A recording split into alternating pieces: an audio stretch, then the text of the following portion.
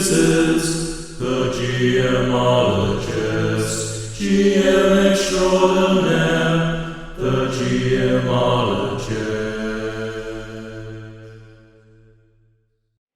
Hello everyone, and welcome to the GMologist Presents.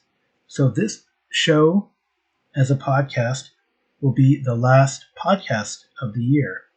It's episode 299, and I've been podcasting for a few years. I guess I have, 4 seasons? I guess it'll be season 5 in 2025. And in this podcast, I got a couple call-ins. So I'll start off with those. I have a call-in from Graham, who is the voice of Gaming from the First Age podcast, and then a familiar voice. Graham is a first-time caller, actually, and I know him from the Dungeon Musings channel. I play several games with him, and it's a fun player, great to have. One of these days I'll get into one of his games. He runs quite a few different games, which I appreciate and like. And then the other call-in is from a familiar voice, Jason Connerly of Nerds RPG Variety Cast. Love having Jason come on and give me his feedback on the show. So we'll start with some call-ins, and then I'll talk about the state of the games that I'm running, and finally plans for 2025 for the podcast and the channel. Maybe some holiday games that we'll be running, inspired by the Christmas games we put out this season, Christmas holiday games we put out this winter season, maybe a Valentine's Day type of thing, St. Patrick's Day, I don't know, spring break, is that a holiday? Anyway, also conventions. Already there are some online convention coming up, BSRCon 4, and I've submitted some 3 games. I may submit a 4th. I just gotta get around to figuring out what that game might be. But then I know we have physically, money willing, I guess, ChupaCabraCon in May and North Texas RPG Con in June. I might add another con if I can. I know Amy's charity wants to get into a couple cons, MonsterCon and San Japan here in San Antonio, as well as Big Texas Comic Con. So a very busy season, or a very busy convention year. And finally, I do want to add something and follow up on what inspired me last month in November, this being the end of December, to talk about music a little bit. I'll save sports talk for when I get together with M.W. Lewis of the Worlds of M.W. Lewis to get on his channel and do some sports. But I want to talk about metal. I'll call it the Metal Minute if there is time. And this might be a long-winded episode, or long episode, hopefully not long-winded. But I may hold that off until 2021, but I already have an idea, at least for the first Metal Minute, because I was able to get a chance to do this kind of cool exercise for me, and I will share that with you. So, enough of me, and let's get on to the calls. First up will be Graham of Gaming from the First Age. Well, hello, GMologist. Graham here, known as First Age Online. I really enjoyed listening to 297, catching up on the regulars. And I had a few thoughts on the factors that might make a game long-lasting rather than a sputter, a flash in the pan. But first, it's good to game with you in the Dungeon Musers Traveller, which is another long-running game that looks to have, years more in it. So there's something about that one as well. And as I listened to the episode, I really enjoyed hearing about the games that you GM. It sounded very rich and very full, which is great. And I do like the idea of meeting up to eat and then playing some game. That sounds really good. So, what makes a game long-lasting? Well, I want to say magic fairy dust, but I think contributions to that might include group dynamics. If the group gels and are enjoying each other's company, then that goes a long way for longevity, I think. Especially if it's paired with, some kind of involving plotline that puts the player characters right at the centre. I think providing a feeling of some combination of agency, world discovery, situation resolution, that's really satisfying for players, and I think they'll come back for more if that's there. And especially if they gel with the game system and get some kind of, system mastery over it, maybe that might contribute as well. I do think, to an extent, a sense of character progression, which is almost a mini game in itself, and that can be mechanical progression, which I think a lot of systems provide, or progression of the character in the setting and the story that you're developing together, then I think that can get buy-in and almost a desire to keep pushing up and higher and for more. I think thinking of myself, I wouldn't underestimate sort of games master enthusiasm for the game, and it could be for any combination of the group dynamic, the fun of meeting up, the system itself, maybe the way it plays, the unfolding story, the setting, and having actually the time to properly devote to the game. All those things I think really help the longevity of the game itself. I think, and again I'm speaking for me, and this is not for everyone obviously, if the game has a very good set of maybe even pre-published adventures ready to go, and I know that isn't necessary, and sometimes it actually can get in the way, but I think for me, if I can dip into a good series of situations and plot, then I can lean on that a little as we create other stories around that core. And for me, that means I kind of know that I've got something to work with, and that's going to really help the game have some legs and continue. Now, there are probably many more factors, but I thought I'd just share a few of my top thoughts. So, yeah, keep on trucking, and thank you very much for the GMologist Presents. Talk soon. Thank you so much for that contribution, Graham. I really, like I mentioned earlier, I appreciate playing in games with you. I think you bring a lot to the table, including that enthusiasm that you mentioned, which I think bleeds over to the other players, probably inspires a GM. A GM always likes player involvement and player engagement. And I think maybe that's part of why some of the games I've been in have lasted so long, is the player buy-in. And I love making it social. I don't know how we started this tradition with the home group, but it is pretty cool to make it social and just eat and chat before we play. Sometimes it distracts from play, but it's a great, hey, how has your week been? What's been going on? How are things going? That's always great to do over it and share over a meal, and then get into the game.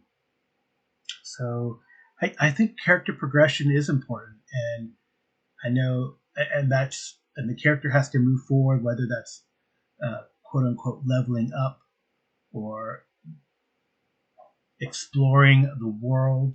That's progression in a way, or acquiring stuff. That's progression in another way. Acquiring, making more of a name for themselves in the world that they're interacting in, gaining recognition, becoming movers and shakers in their small world or big world or galaxy, whatever.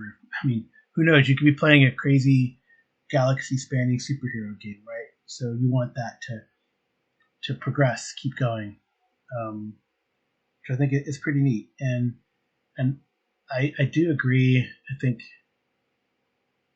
I've been, as a player, I've seen GM enthusiasm wane in a game, and the game doesn't last as that much longer. which is unfortunate even if you're enjoying the game. And I do really have to, try to maintain that enthusiasm. What's next? And maybe I'll dig into a little bit of how to do that, how to keep a game fresh, at least for the GM, so the GM maintains that enthusiasm that can then trickle down to the players. So again, thank you so much for that call, Graham.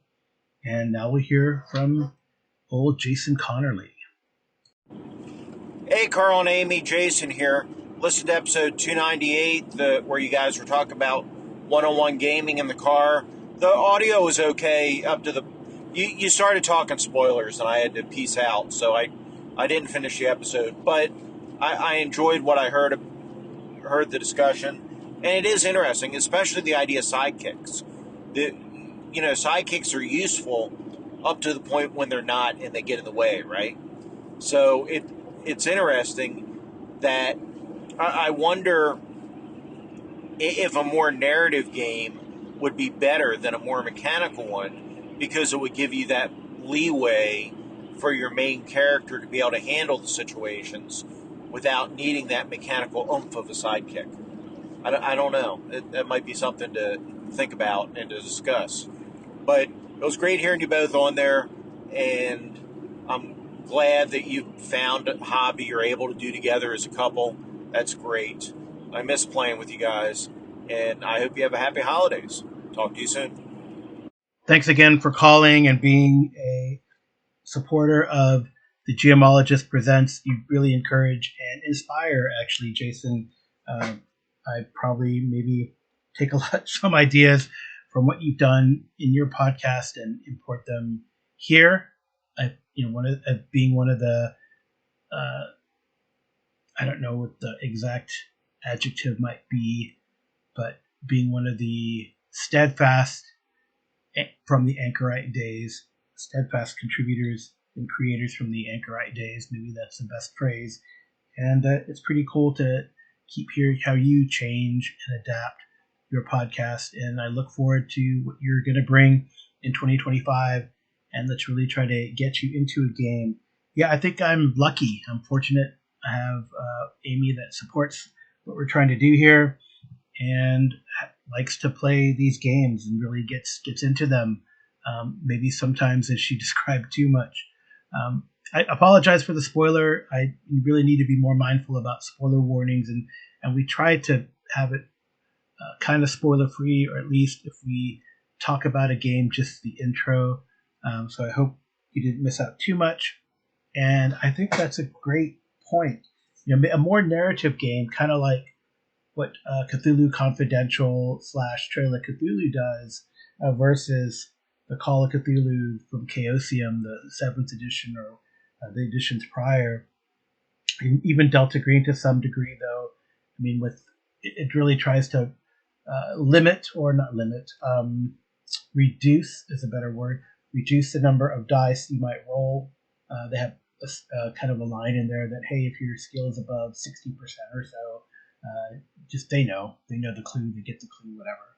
Whereas, like a more narrative game where you don't have to roll a lot. And I think when we're just comparing these Cthulhu games, the ones that are based on the Chaosium BRP are a little more, dice heavy and less narrative. Yeah, I definitely want to look for some more narrative games. I don't know. I feel like the Freely games, like the pool of six-sided dice where you need a 6, are kind of procedural, and I don't know if those really fit. I know you've recommended some cool games that are less dice heavy, more narrative, maybe like a card-based kind of thing that you have talked about or interviewed people about, which I think would be pretty cool to do or get into. But I think that's a fantastic suggestion. I know Amy and I are going to get into more games in the future. I don't know if I'll share quite all the ones we have in mind. We have maybe a few here and there. But I know kind of one that we looked at. But see, I feel like that's a preview game, like Temples and Tombs is one that we looked at. But that's, again, the Mutant Year Zero engine. Maybe some of these games where you just roll like one dice, or maybe even like one set of dice and that determines everything. Maybe we'll even take a hand at something like Knights Black Agents or something similar to the Gumshoe, or Powered by the Apocalypse games. Maybe those could be kind of neat to do, something like Cult, or something that I really always wanted to try, the City of Mist setting, right? So more of a superhero game, and we'll play supers as long as they don't wear capes. So thanks for all that, Jason, and I will talk to you, I hope, soon.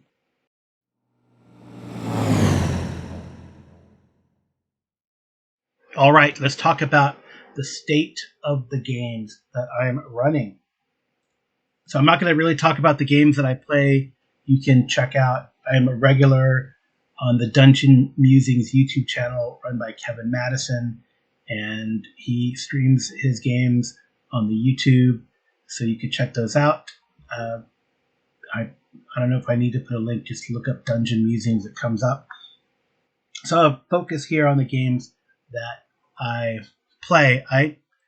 In 2025, I don't know. I made a decision maybe last year. Was it last year? Yeah, when I went to Chupa, CabaCon, and more so North Texas RPG Con. I'm just gonna run games. I'm not gonna try to get into a game. I played a lot of cool games with cool people and let others who have not experienced that get into their games. And I'll help out my buddies if they need an extra in a game there, or help them play test. That's kind of fun to do. I did that with a couple people prior to the con. But I don't know. I just want to run my games. And I think that's kind of what I'm going to be doing here in the future. I guess I'm talking about conventions again. But hey, let's get into the games that I'm playing or running. The ones that have been ongoing, that is. So I'll just go weekly in order of the week, right? It starts off Monday for me. Every other week, bi-weekly, we play Traveler using the Mongoose 2nd edition. And I think what's neat is that we are jumping into a new phase in the campaign. They've been sort of plying the stars, going from port to port, and getting into various misadventures there at these various locations. Again, they commented that some of the best sessions we've had is when things just happen sort of from a random encounter. But I've started a new campaign.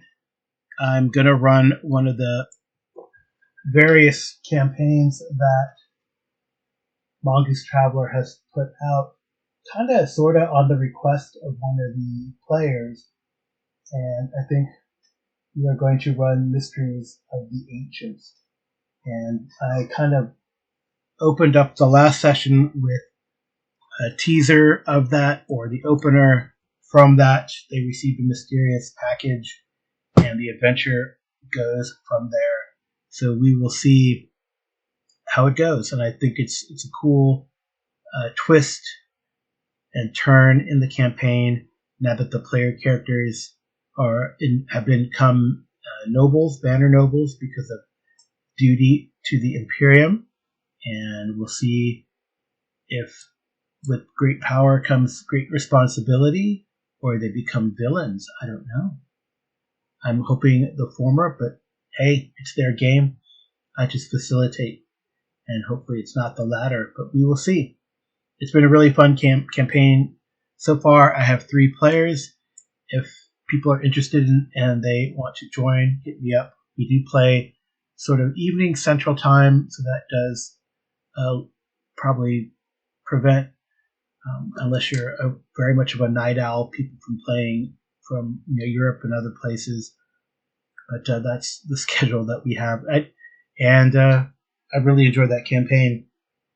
We don't record that one. We just never started doing it, so I don't know if we will start at all. So the next game is Twilight 2000, the 4th edition. I would say that Amy really drives the interest in that campaign. We have 2 continuous players, and we're coming to like one of those break points where you can kind of jump forward in time several months, maybe 9 months to a year, and see what happens. And we haven't reached that point yet, but I'm sure we will reach it. I feel like in the next maybe month or two. And then I know we want to continue to play Twilight 2000, but we might switch to a new theater or with a new batch of player characters, or player characters from this group that are kind of secondary characters, and then they do their own sort of campaign, go in their own direction. There's so much material out there from first edition and second edition Twilight 2000 that I use, and Free League has sort of an open license to play or to write adventures, and there's a lot of cool adventures that you can find on drive-throughs through their program that are fun, just scenario sites or actual campaigns or what have you. So we'll see where that goes. I know one that I really wanted to run is Red Star Lone Star, so that one is up there. Also, like if we use secondary characters from some of the current group or the current Free Krakow Coalition, we could do Going Home or something like that. Or, we'll see. Maybe it'll jump back into what it was at the beginning, sort of a survival, keep track of all your gear and ammo and food and water and that kind of thing again, your fuel. Right now it's just not necessary. We don't, there's so many in the group. There's definitely weekly maintenance that is going to be done by one of the many number in the sort of company size of the Free Krakow Coalition for all the vehicles that they have. So that's something that is a consideration during the survival part of the game. So it probably would jump back to a survival. Even if we run like a Red Star Lone Star, it'll be like a single vehicle, a small group. Undoubtedly, just some of the way the players play, they might pick up some NPCs here and there, and we'll see how it goes. But it should be pretty fun. And then we'll jump back to the main storyline, sort of south central Poland, focused around Krakow, and see how that goes. There's some fun products that are out there that really can help outline like what's going to happen down the road in that area, right, in the southern and central Poland. So those are definitely worth reading and checking out and looking at, and then taking your campaign in that direction. And that's kind of what I've been thinking of doing. So that's that one. On Wednesdays, I run what's on the opposites? Yeah, on the opposites of those two games, I believe BJ Boyd has some games he wants to run. He'll probably talk about those maybe in Arcane Alienist, or I'll have him on and we can talk about those at some point. But for Wednesday, I have my ongoing Hyperborea game. I think that's pretty cool, and how that's moving. It is nominally a drop in, drop out. Many of the players the players right now range from 2nd to 4th level. Some getting really close to 5th. And I don't know what they're going to do after that. Are they going to leave the island? Are they going to finally get to the dungeon site? I don't know. It doesn't matter. I run where they want to go. It's predicated by rumors and jobs, and they take them and they go out during the session, they go out into the jungle of the island and have an adventure. And then sometimes ideally, then they come back to port, but sometimes we just don't have the time, and since it is usually the same players, they have the others can fade into the background, as it were, and then we continue. So it hasn't really been too arduous. We haven't had to do like split campaign or split screens or viewpoints that much. So I think that's fine. The opposite of that, we've been wanting to do this core series of Cthulhu game. So using 7th edition Call of Cthulhu, kind of BRP based system. It is by New Comet Games. I'm looking at it right now. So yeah. And we haven't gotten it off the ground. We've made characters. I recorded that sort of session 0, and with character gen and that and the like, and introduction of the characters. And I have it ready to go. It's just with the holidays we haven't jumped into it. So that's where that is at. And then Thursdays is my home group. We play weekly. We switch off games. And we did finish our Star Wars Season 2. We finished the adventure. I'm trying to look at it before it. Onslaught on Arda 1. And we finished that adventure. That was Season 2. Kind of 3 acts in it. And we went through it. It was kind of, I guess it was sort of the idea. I think I started the first chapter on Star Wars Day back in May, and then we just finished it out as a palate cleanser in between the Warhammer fantasy game that we've been running for some time. So that one is starting up again, and I actually ran the first chapter in one session. It was a relatively quick chapter, and we got back to like their quote-unquote home base city, and now kind of dives into some intrigue for a little bit, punctuated by hopefully challenging bits of combat for the player characters, because they're pretty strong now. I mean, one player has a spy network, one player has a dueling school, one player has apprentices, who's a magic using character, and a menagerie of animals, some highly trained. One player might have a squad of iron breakers that he can call upon, which is kind of scary and challenging as a GM. So we have started the Empire in Ruins, which is the 5th book in the Enemy Within campaign, the classic campaign that the creators of Warhammer Fantasy did back in 1st edition. There's a 2nd edition version and a sort of 3rd edition version, which is a little different than the other 1st and 2nd ones.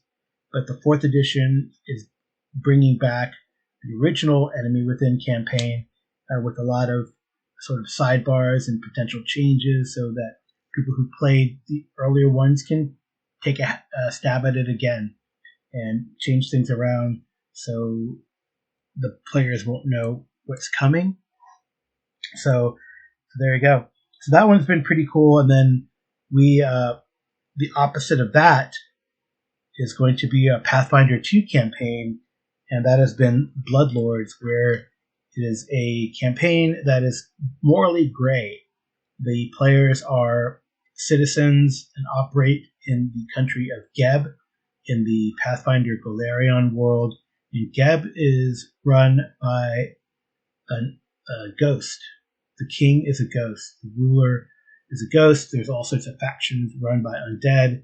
There is a living population, but they're mostly in fear, maybe, of becoming snacks for the wicked, sometimes undead. And the players have to wade through the machinations of the different factions, rise up in the ranks, maybe becoming bloodlords themselves.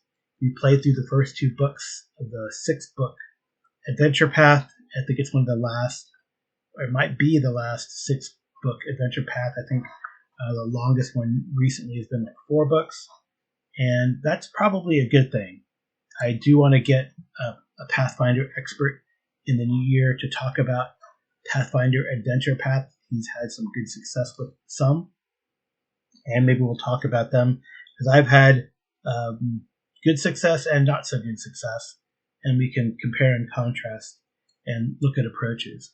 I know something that I've noticed is that the first book is always pretty exciting, pretty good, always a really neat premise. It's the second book that becomes a challenge. It can be bogged down. The early one, Adventure Path, had like a huge dungeon, but I think that was one of the early design of the Adventure Path in general had these large dungeons, and now they've gone back.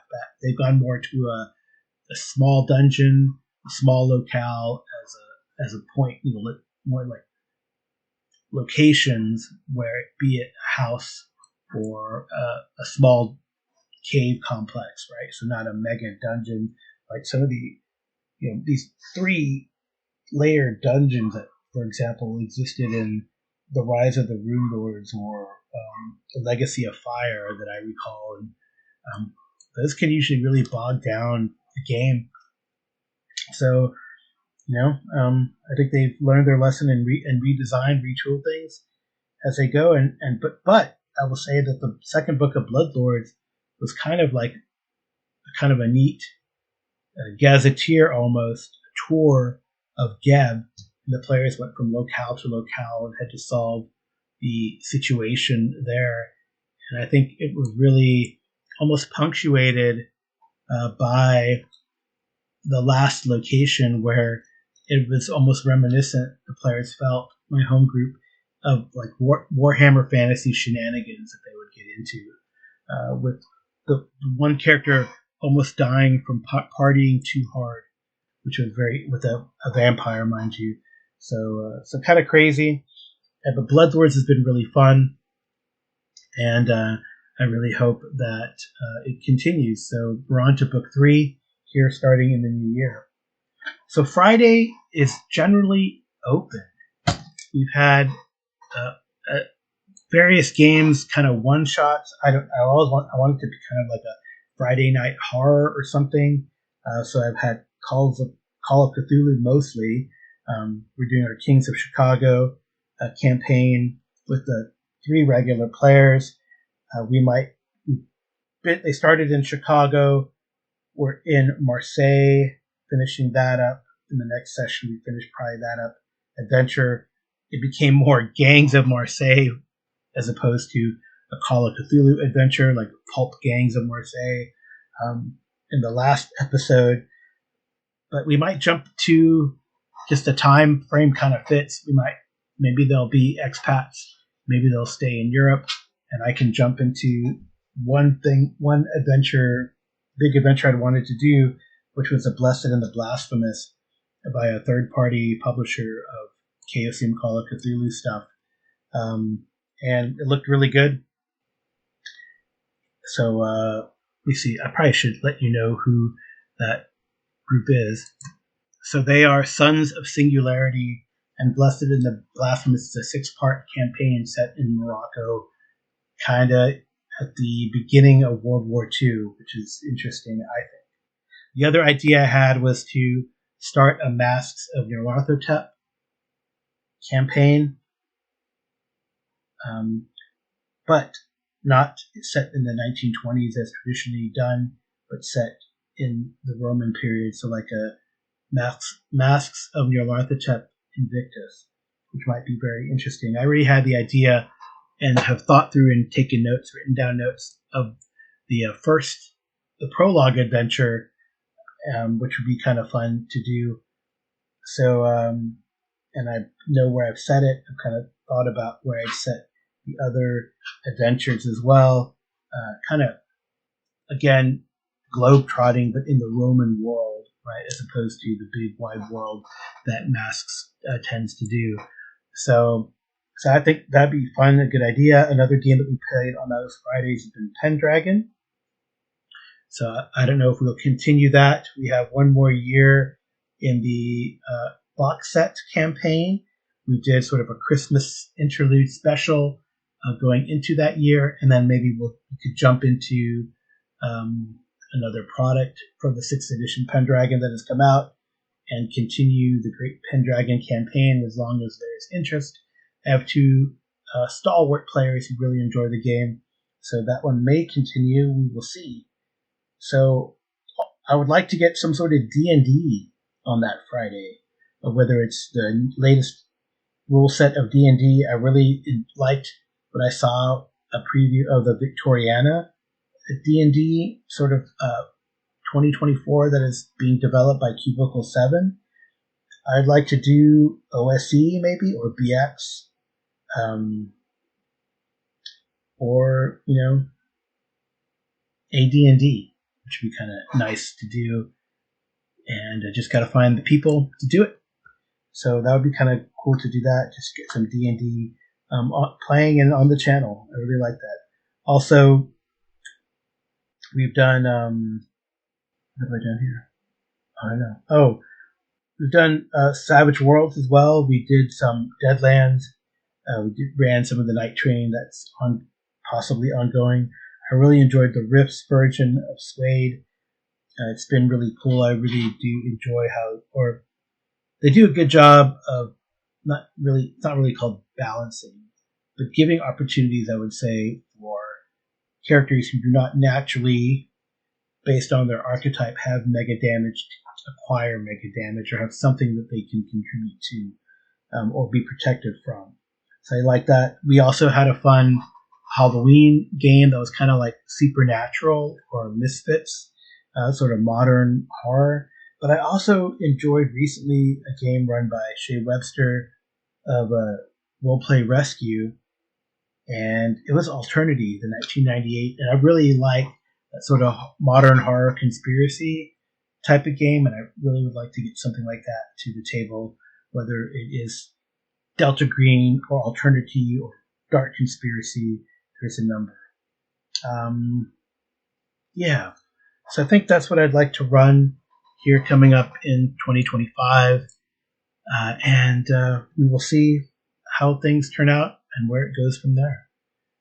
All right, so I think I have a couple treats for you in this last maybe couple segments, and maybe a narrative of one of my ongoing games.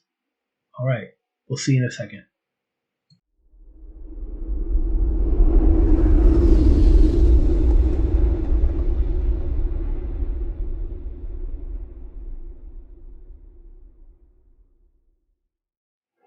The Derelict Longship, from the Journal of Aput the Skinner.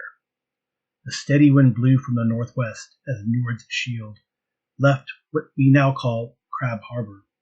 We made good time heading up the island's eastern coast, tacking back and forth in the oncoming breeze. We passed the Rat Pit and the Temple to the Stars. The stairs to the temple, we do not know what to call that room yet, before reaching the northern point along the coast, turning our prow into unknown territory. Our band of explorers numbered just above 2 hands. Our crew, Barita and Kupisos, the Cimmerian Celts' cousins who always fought, and Zapyros, a resident of this island, a degenerate Thracian they were called, kept us on course as we moved on to the start of our new quest, to explore the river that flows to the north. Also on board were Heber, Haller, Tonrar, Zotis, Isagoros, and I. We had allied previously with these lizard men, Ulok and his kinsmen, Zik and Yoxley. They followed the shield, holding on to the gunwale, but mostly staying in the water, occasionally resting on board when they tired. Finally, we found the river's delta and spied a ruined tower seated high atop a nearby mountain. The delta and the lands to the west toward the tower's peak was silty, but the Njord shield, being a clinker built, was able to pass as we rode up the unnamed river, hoping to find both the headwaters and the derelict longship that we saw at the base of the waterfall. Rather than push onward to arrive after a long day's journey, we set up camp and rested. It had been a long day, but we were exploring unknown territory. Who knows what tomorrow would reveal? Night passed without incident, and we rode further along the river after a morning meal. We heard the crashing of the water of the falls before we spotted it, but once we followed the river around a sharp turn, there it was, the waterfall, rising high into the mountains along the eastern shore of the island, water glistening in the air like snow blowing just after a storm. I did miss the snow. The boat we'd seen from the hidden area lay close to the falls, its bow beached with its stern broken off, lying still in the pool at the base of the falls. Our crew beached the shield nearby, and we disembarked. Heber and Tonrar spotted tracks of men leading into the jungle, along with some drag marks of something heavy. But I was curious about the tattered sail, so I approached, with Ulok watching my back, before I could notice much more than a raven and skull on the canvas. clawed hand slashed at me from under the parts of the sail gathered on the beach, and we came under attack. Well, we survived, and while Zotis prepares a ritual to purge the foul taint from around the derelict ship, I think I can add a summary of the fight. Several waterlogged Norsemen rose from the sunken stern and attacked us from the river. Their flesh was weak, but their numbers were many, and a foul stench rose from a few of them as well, as they slashed with their claws and grabbed us to prevent our escape, seeking perhaps to drown us in the river. I think that they intended for us to join their ranks as undead thralls to this ghostly spectre that rose from the ship's hold. It bore a fearsome visage and caused several of us to flee its presence. I tried to call the boreal winds against the spirit, but instead I fled into the jungle, almost into a nearby camp where there were more undead that awaited us. It seemed that these were Ixian explorers who didn't fare as well as our crew against the sodden undead Viking. I chose a different path. Fortunately, I didn't travel far before returning to the fight. We were victorious in the end. Many of the ex-explorers fled into the jungle after Zotis called upon his god's might, while the rest of them found release from their foul existence at the ends of our weapons. Arrows and ice darts, blades and bludgeons, and beams of fire all did their part to defeat those undead. After that, Zotis and Yulok provided some much-needed healing to those who were wounded heavily. Then we spent the time searching the camp and the broken boat. We recovered a fair amount of coin, several pieces of jewelry, and a trio of magic items, a razor-sharp hand axe, and an odd five-armed throwing knife, and a light shield bearing the image of a raven clutching a skull in its claws, the same image we had discovered on the sail. It is unknown now which direction we will proceed next, although exploring around and possibly behind the waterfall seemed like the best choice before we explored deeper into the jungle.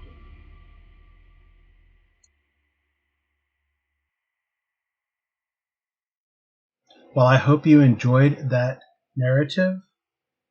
I hope that the music wasn't too bothersome, but I feel like it added some cool elements. I think I will call it here. I will save the Metal Minute for the new year. Thank you everyone for listening. Thank you so much to my callers, First Age, Graham, and Nerds RPG Variety Cast, Jason Connerly. Thank you to my listeners. And thank you for the music that is by...